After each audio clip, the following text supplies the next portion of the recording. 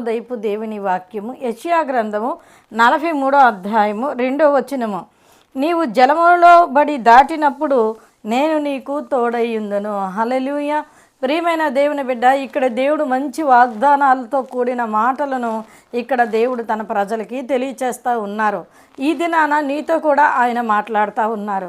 నువ్వు జలముల బడి దాటి వెళ్ళినప్పుడు ఆయన నీకు తోడై ఉంటానన్నాడు. జలములో అంటే నీరులోంచి దాటడం కాదు, కానీ నీరు ప్రవాహం వలె వస్తూ దాటడానికి అవకాశం లేనప్పుడు అది ఎలా దాటాలో దిక్కుతోచని స్థితిలో ఉన్నప్పుడు ఆయన తోడుగా ఉండి నీ చేయి పట్టి ఆయన నడిపిస్తాడు.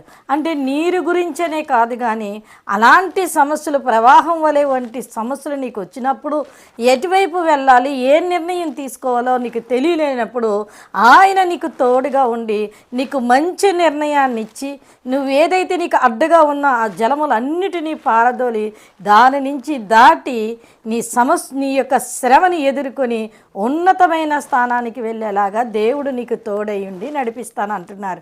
కనుక అరుణోదయాన లేచిన వెంటనే ఈ వాగ్దానాన్ని పట్టుకొని ప్రార్థన చేసుకొని నీ జీవితాన్ని ప్రారంభించు.